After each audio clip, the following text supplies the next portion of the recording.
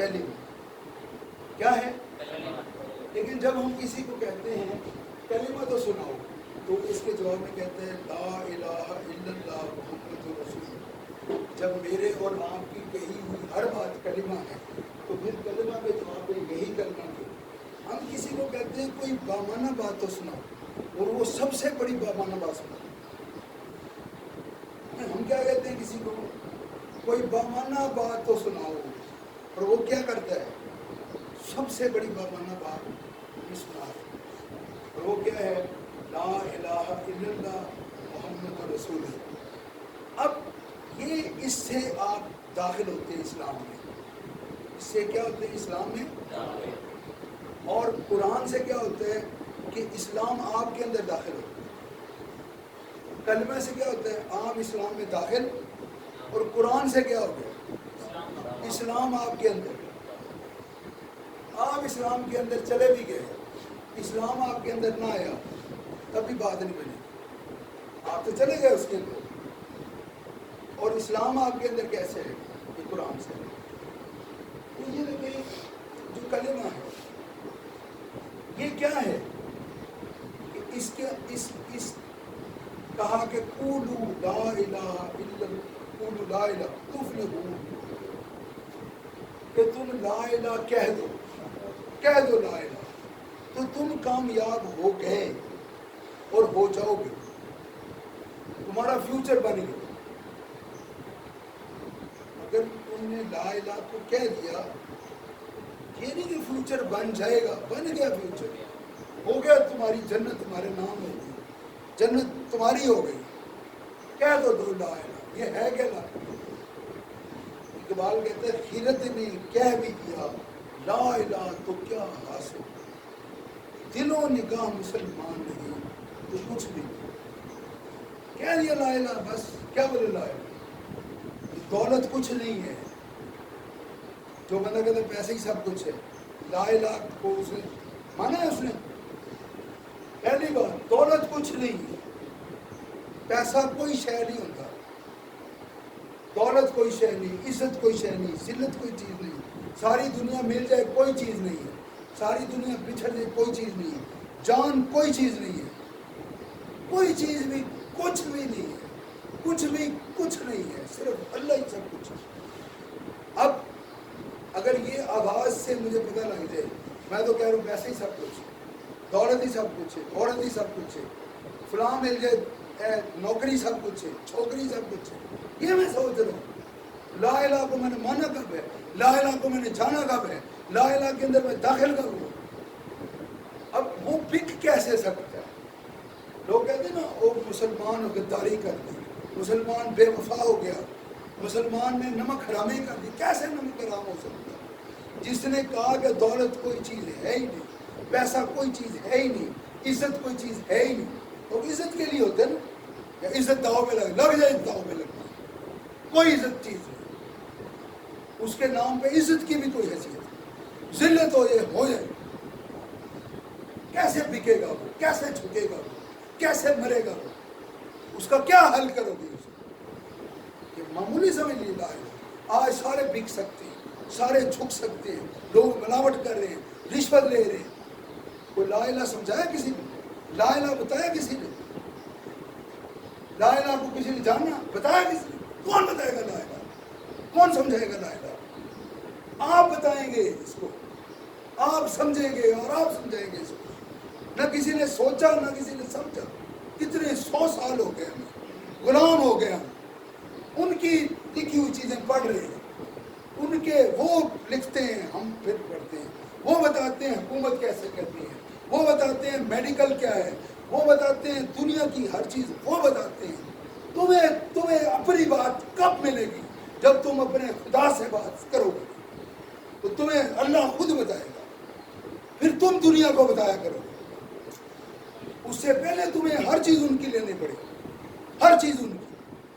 وہ کہتے ہیں کہ اپنی غفلت کی یہی حالت اگر قائم رہی، آئیں گے غسال کابل سے کفن جاپان سے، ہمیں دفنانے بھی کوئی بندہ اور آئے باہر تشریف لے آئے۔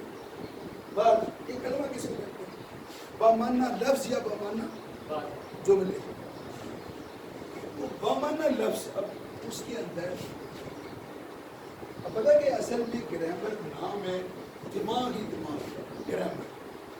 اور جب اگر دل کی ساتھ اس کو لنک نہ کرے تو دماغ کو کام نہیں کرے, دماغ خراب کر دے. یہ گرامر کن لوگوں کو نہیں سمجھ آتی کیونکہ وہاں دماغ کا استعمال زیادہ ہوتا ہے اور دل کا استعمال کرتے ہی. ہمارے یہاں ہم نے شعبے علم کے 2 شعبے کر دیے, 2 ٹوٹے کر دیے.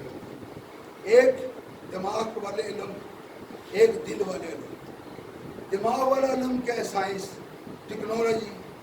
اس کا دل سے کچھ ہے ورنہ ایٹم ہم کیسے ایجاد کرتے؟ اگر دل ہوتا تو ایٹم ہم ایجاد کرتے.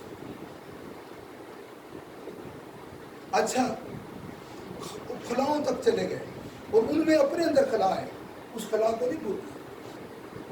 زمین پہ چلنا نہیں آیا, اڑنا سیکھ لیا پرندوں کی طرح, تیرنا سیکھ لیا مچھلیوں کی طرح, جینا نہیں ہے انسان کی طرح, انسان نہیں بن سکتا. تو یہ جو کلمہ ہے نا, اس لیے 2 علوم ہیں. دوسرا کیا ہے؟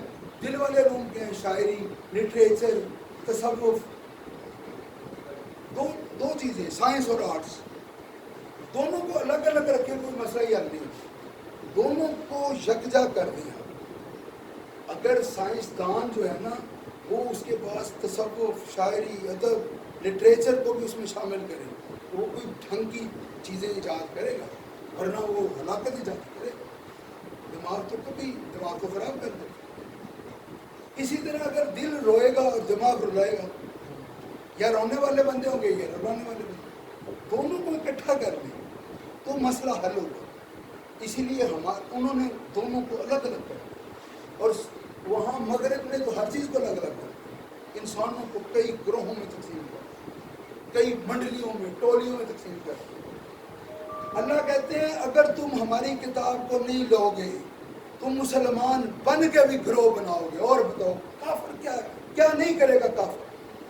تم لا الہ کو مان کے بھی گروہ سے بچ نہیں سکتے جب تک کہ تم ہماری اس کتاب کو مضبوطی سے نہ تھام لو. تم فرقے سے بچ نہیں سکتے. فرقے میں رہو گے, فرقے کی ہی آواز ہوگی. تم اسلام کی لذت کو نہیں چکھ سکو گے, ایمان کی لذت کو تمہیں پتہ ہی نہیں چلے گا ایمان ہوتا ہے. تو یہ جو کلمہ ہے نا بامانہ لفظ, دنیا کی ساری زبانوں میں یعنی کلمہ یا تو ہوگا اسم, یا کیا ہوگا فعل, یا کیا ہوگا حرف. چوتھی بات ہے تو مجھے بتا دیں, کلمہ کوئی بھی لفظ, قرآن مجید کا کوئی بھی لفظ ہے وہ کیا ہے؟ کلمہ. صرف کلمہ کو سمجھے گا. کس کو سمجھے گا؟ کلمہ. قرآن مجید کا ہر لفظ کیا ہے؟ کلمہ. یا تو ہوگا اسم, یا کیا ہوگا اسم, اسم